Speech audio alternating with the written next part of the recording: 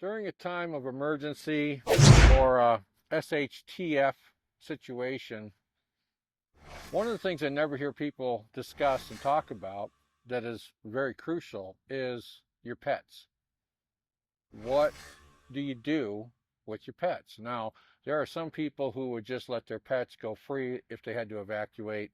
I don't believe in that. I think people that do that are scumbags. I took on the responsibility of a pet, and I'm going to see it through till the end. That's my commitment to taking on a pet. Now, I don't consider my pets children. They are pets, but they are part of the family, and their care and well-being is our responsibility. They're dependent on us as becoming our pet. So what I have here is what I would call a go bag or bug out bag for pets. Now, I bought this bag as a mini camera bag that I could put my equipment in and take it quickly on the go if I needed to. But I found that it's better suited for what I'm using it for, which is a pet care bag.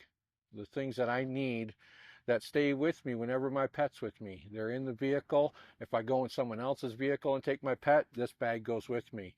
And it will sustain my pets for up to a week for the one and a month for the other. Let me show you what.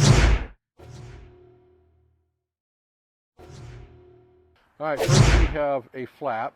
You can see that this is like a earth tone color and military OD with a little bit of desert tan or flat dark earth here in the front.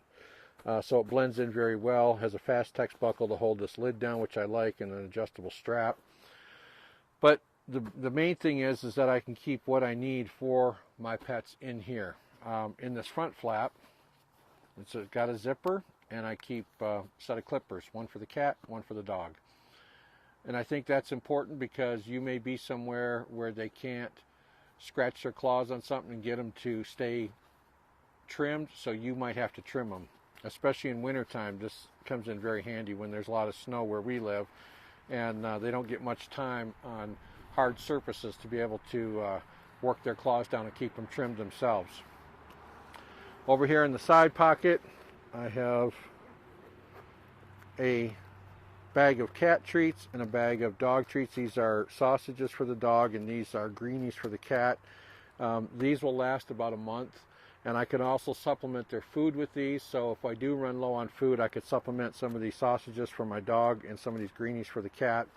I wouldn't give them like a whole meal worth, but something that would kind of fill the void if I need to give them less food if I'm running low, which I try not to do. It does have a strap that is adjustable, and I keep it tucked underneath. I can pick it up as a handle, or I can extend it all the way down if I want to throw it over my shoulder, over my head, and carry it that way. But I like to just keep it tucked under here, and I pick up the bag like this and go. That's the easiest way for me to do it. On the back, this is an older bag. As you can see, this used to carry or hold a CD player where the headphones would come out. But for me, what's very useful is it keeps an extra 10 foot or 15 foot of core rope for my dog if I need to tie him out somewhere. Along with his leash, that's 9 foot. That gives me about 24 foot of rope that I could tie him out in an area if I needed to do that. Along with it, in here, I keep a bag for picking up their waste if I'm somewhere where I need to pick it up, if I'm not out in the wilderness. And I also pick it up, number one, to keep the area clean, but also for stealthiness, so nobody knows that I had a pet in that area. Now, I keep the bags folded in this fashion because if I need to be quiet, I can open them very quietly and pick up their waste. If I just have them bunched in a ball, they don't fit as compactly, and a bunched bag is very noisy opening, where a folded bag is very, very quiet, very stealth. And I have this one, plus behind the rope, which I don't want to pull out because it's a pain to get in there. I have about 4 or 5 more bags behind that. So I have plenty of bags, and I keep them in. I keep a white one for winter, and I keep brown and gray for summertime. It should be obvious why that is. Now under the flap here, just undo the buckle, and I have their food. Here I have about a month's worth of food for the cat, and I have about 7 days for my dog. Now, I do keep containers in my vehicle, so I can refill from those containers if I need to, if I'm out on an extended period trip where I'm going to need extra food beyond the 7 days or a month. So that's not a problem. But generally, if I take this and I'm out where I don't have my reserve food in the truck, if I'm with someone else or in a different vehicle, the minute I get back home, I refill this bag so that it's always stocked and ready to go. I don't want to be in a situation where it might be a necessary evacuation or shit hit the fan and all of a sudden, oh, I don't have any food in here and I got to try to load it up with food. I keep this bag stocked at all times. And as I said, I keep it with me at all times. So again, when I have the animals with me. So I just wanted to touch on this. This is something that you should think of. Our pets have no medical problems, so we don't have any, medications or things of that nature. We feed very healthy food for them, even though it's a dry kibble. We find the best dry kibble we can. And I'm of the mind that if I can't eat it, my dog or my cat is not eating it either. All right, so I keep food that they both can eat and I can eat that is very healthy and will sustain them and keep them healthy. Our animals are very good weight. We don't give them human food.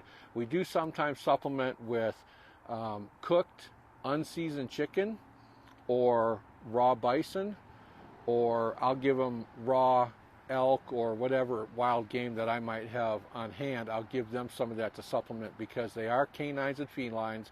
They do come from a lineage of eating raw meat, hunting and eating raw meat. So they do get raw meat. It's very good for them. It's very good for their health, and it's very good to offset the use of the dry kibble. So these are some things you should take in consideration. You should get a bag for your pet. I also do, and I'll show in another video, I do have a vest for my dog that he wears so he can carry food and some accoutrements like a collapsible water bowl and things of that nature. If we're out on a long hike, it's kind of a harness type vest. So I can make sure that he has what he needs with him if we're out on the trail or in the woods or wherever. So consider this. Think about your pets. Think about their E.D.C needs and make sure that you have what you need with you at all times. Don't neglect your pets and don't forego their care for your own. Their care is just as important as yours. My dog is a first line of security and protection. If I'm somewhere unfamiliar and he hears something coming, he'll let me know before I'll even hear it.